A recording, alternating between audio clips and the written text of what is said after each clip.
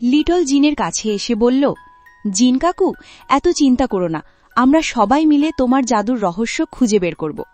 জিন মাথা নিচু করে দাঁড়িয়ে রইল, তার চোখে হতাশার ছাপ স্পষ্ট। বিটল হঠাৎ চারদিকে তাকিয়ে বলল, কিন্তু একটা বড় সমস্যা আছে। লিটল অবাক হয়ে জিজ্ঞেস করল, কি সমস্যা?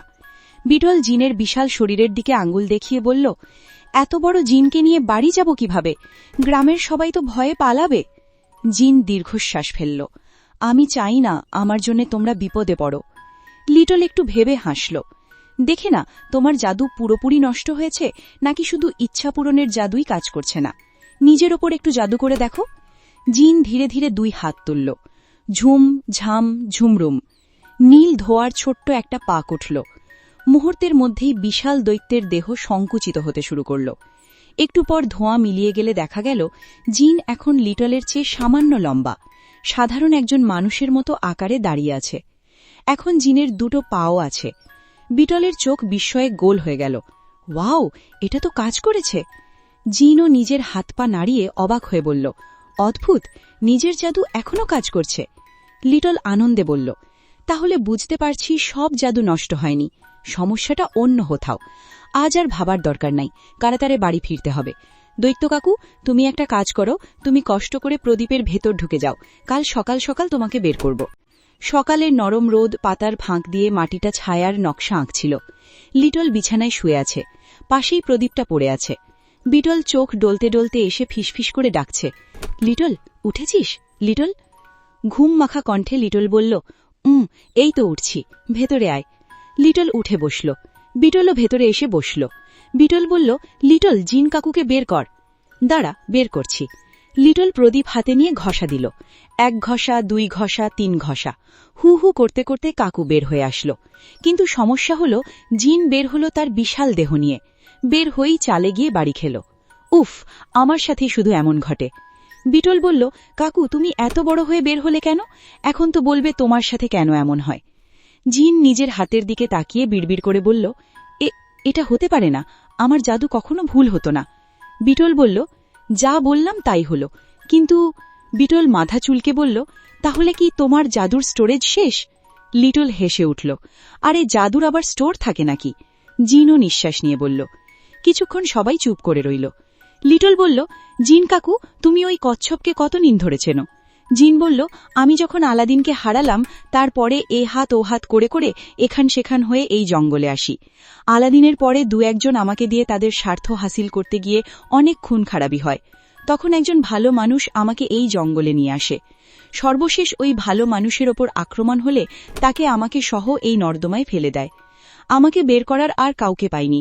তখন থেকেই এই কচ্ছপ, ব্যাঙ, পিঁপড়ে, মশা, মাছি ও পাখিরা আমার সঙ্গী হয়ে আছে। তাদের সাথে আমার দেখা হতো না, কিন্তু গল্প হতো।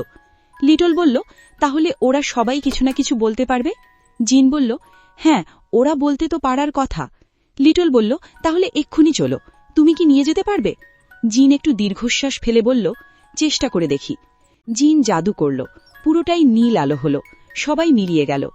সবাই এখন জঙ্গলে। বুড়ো কচ্ছপ ধীরে ধীরে এগিয়ে এলো। সমস্যার কারণ না খুঁজে শুধু দুশ্চিন্তা করলে কোনো লাভ হবে না। তোমরা কারণ খুঁজছ, আমার খুব ভালো লাগছে। লিটলের চোখ জ্বলে উঠল। ঠিক, রহস্যের উত্তর নিশ্চয়ই কোথাও লুকিয়ে আছে। সে প্রদীপটা হাতে নিয়ে ভালো করে পরীক্ষা করতে লাগল। প্রদীপের গায়ে ময়লার নিচে অদ্ভুত কিছু পুরনো খোদাই দেখা যাচ্ছিল।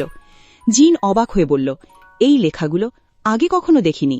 হঠাৎ টিক টিক টিক, প্রদীপটা কাঁপতে শুরু করল। সবাই ভয়ে এক লাফে পিছিয়ে গেল। কিন্তু এবার কোনো ধোঁয়া বের হল না। প্রদীপটা শুধু একটু গরম হয়ে আবার শান্ত হয়ে গেল। বিটল হাঁপ ছিঁড়ে বলল, উফ, আমি তো ভেবেছিলাম আবার সেই ভয়ঙ্কর গন্ধ বের হবে। ঠিক তখনই গাছের ডাল থেকে একটা ছোট্ট পাখি উড়ে এসে প্রদীপের ওপর বসল। মুহূর্তের জন্য প্রদীপটা সোনালি আলোয় ঝলমল করে উঠল, তারপর আবার নিভে গেল। লিটল বিস্ময়ে বলল, দেখেছ? জিনের চোখেও আশার ঝিলিক ফুটে উঠল। এর মানে প্রদীপের শক্তি পুরোপুরি শেষ হয়ে যায়নি। বুড়ো কচ্ছপ গম্ভীর গলায় বলল, শক্তি আছে, কিন্তু কোথাও যেন আটকে গেছে।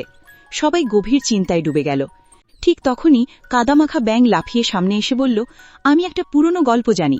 সবাই তার দিকে তাকালো। ব্যাঙ গলা খাঁকড়ি দিয়ে বলল, শুনেছি এই নর্দমার নিচে শুধু এই প্রদীপ নয়, আরও অনেক প্রাচীন জিনিস চাপা পড়ে আছে। বিটল কৌতূহলী হয়ে জিজ্ঞেস করল, কি জিনিস? ব্যাঙ নিচু গলায় বলল, একটা জাদুর পাথর। জিন বিস্ময় বলে উঠল, জাদুর পাথর? ব্যাঙ মাথা নাড়ল। লোকমুখে শোনা যায় সেই পাথর থেকেই এই প্রদীপে জাদুর শক্তি প্রবাহিত হতো। লিটল উত্তেজিত হয়ে বলল, তাহলে নিশ্চয়ই ওই পাথরের কিছু হয়েছে।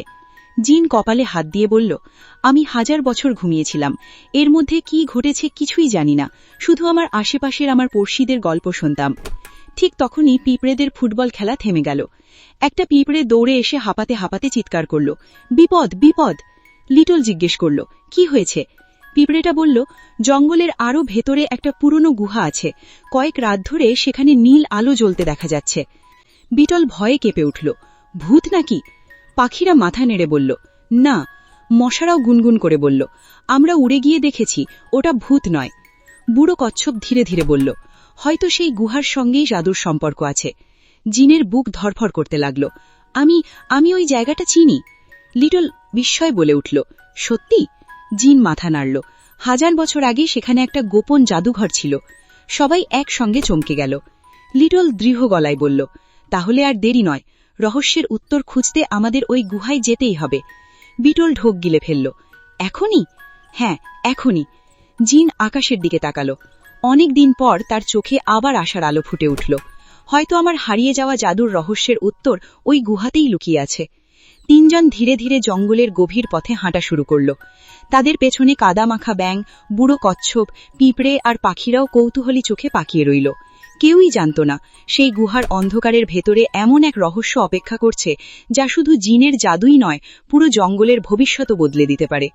রহস্য ভেদ করতে চ্যানেলটিকে সাবস্ক্রাইব করে লাইক, কমেন্ট, শেয়ার করো, ফলো করো, যেন সবার আগে ভিডিওটি তোমার সামনে আসে। চলবে।